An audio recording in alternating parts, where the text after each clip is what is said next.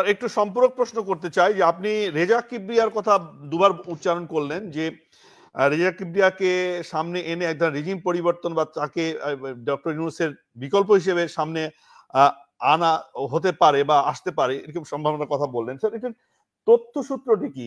রেজা কিবরিয়া তো গত 7 মাস থেকে বা বেশ কিছুদিন থেকে তিনি কিন্তু নিষ্প্রভ এবং তিনি কিন্তু আমাদের সিনে নাই, কোনো রাজনৈতিক সিনে নাই। শেখ হাসিনার একটা সময় ছিলেন তার শাসন আমলে।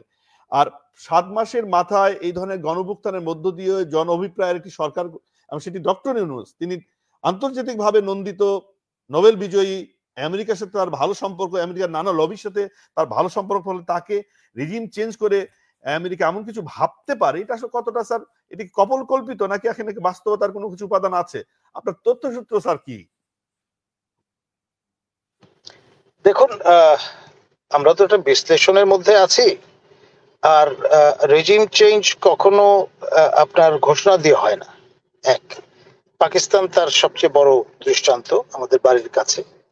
আর পাকিস্তানের যে লিগেসি সেটা কিন্তু very much part of our fate, এবং সেই কারণে বারংবার কিন্তু আমাদের এখানে সেই ট্র্যাডিশন অনুসারে সেনা হস্তক্ষেপ আমরা লক্ষ্য করেছি। মার্শাল রুল জারি হয়েছে পরোক্ষ প্রত্যক্ষ ভাবে, এবং এখন এই যে রেজিমটি ক্ষমতায়, এটার যে বিপ্লব 6 তারিখের বদলে কেন 5 তারিখে অনুষ্ঠিত হলো বা সংগঠিত হলো, সেটা যদি অনুসন্ধান করেন তাহলে পরিষ্কার বুঝবেন যে জেনারেল ওয়াকারুজ্জামান, আমাদের মাননীয় সেনা প্রধান, তিনি যখন দরবার করে এই ঐকমত্যে পৌঁছালেন যে আমাদের নিরস্ত্র জনগণের উপরে সেনাবাহিনী লাইভ অ্যামুনিশন ব্যবহার করবে না, পিরিয়ড। এবং এটা ছিল স্পষ্ট বার্তা, এবং এই বার্তা পেয়ে যারা আন্দোলনের সংগঠক ছিলেন তারা 6 তারিখ থেকে বিপ্লবটা এগিয়ে 5 তারিখে নিয়ে এসছেন। এই গ্যারান্টি ক্লজটা ছিল যে কোনো অবস্থায় সেনাবাহিনী অন্তরায় হয়ে দাঁড়াবে না।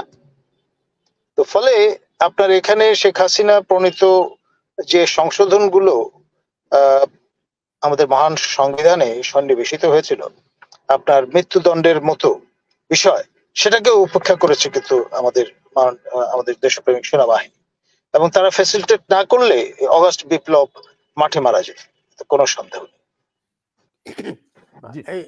কলিমুল্লাহ ভাই, আপনি একজন ডক্টর রেজার কথা বললেন, তা আমি তো মনে করি আরেকজন ডক্টর আমার সামনে আছেন, ডক্টর নাজমুল হাসান কলিমুল্লাহ, তিনি নয় কেন? আমি এই জন্য বলছি, রেজা ভাই আপনার ব্রিটেন ইনস্টিটিউশনের রিপ্রেজেন্টেটিভ এনিওয়ে, এবং আপনার বর্তমান রেজিম এখন যে ইমেজ সংকটে আছে, এটার মূল কারণ যে প্রত্যাশাটা ছিল যে প্রফেসর ইউনূসের কারণে প্রচুর ইনভেস্টররা অ্যাট্রাক্টেড হবে এবং টাকার দুধ নহর বইবে বাংলাদেশে, সেটা কিন্তু ঘটেনি। বেসিক্যালি প্রফেসর ইউনূস অর্থনীতিবিদ হলেও তিনি কিন্তু সোশ্যাল বিজনেসের লোক, সেক্টর আলাদা, দান ধ্যান অনুকম্পা সংশ্লিষ্ট বিষয়। আর একদম ক্লাসিক্যাল ইকোনমিক্স নিয়ে ডিল করা লোক হচ্ছেন আমাদের ডক্টর রেজা কিবরিয়া, এবং আমাদের দেশ থেকে বাঙালি মুসলমান যে কয়জন অক্সফোর্ডে পড়াশোনা করতে গেছেন, আমার জানা মতে একমাত্র তিনি প্রথম শ্রেণী প্রাপ্ত ব্যক্তি।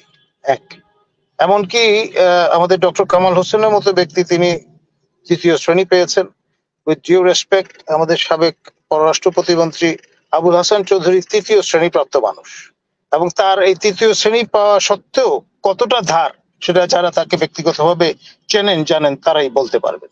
তো ফলে এক্সেলেন্সের যে ব্যাপারটা সেটা একটা আছে। আর দ্বিতীয়ত তার যে গ্রুমিং এবং তার যে ক্লাউড এবং তার যে সংশ্লিষ্টতা, তার কোনো বিকল্প এই মুহূর্তে ক্রেডিবল বিকল্প আছে বলে আমি মনে করি। ধন্যবাদ। জি, খুবই অভিনব তথ্য স্যার, আপনাকে ধন্যবাদ।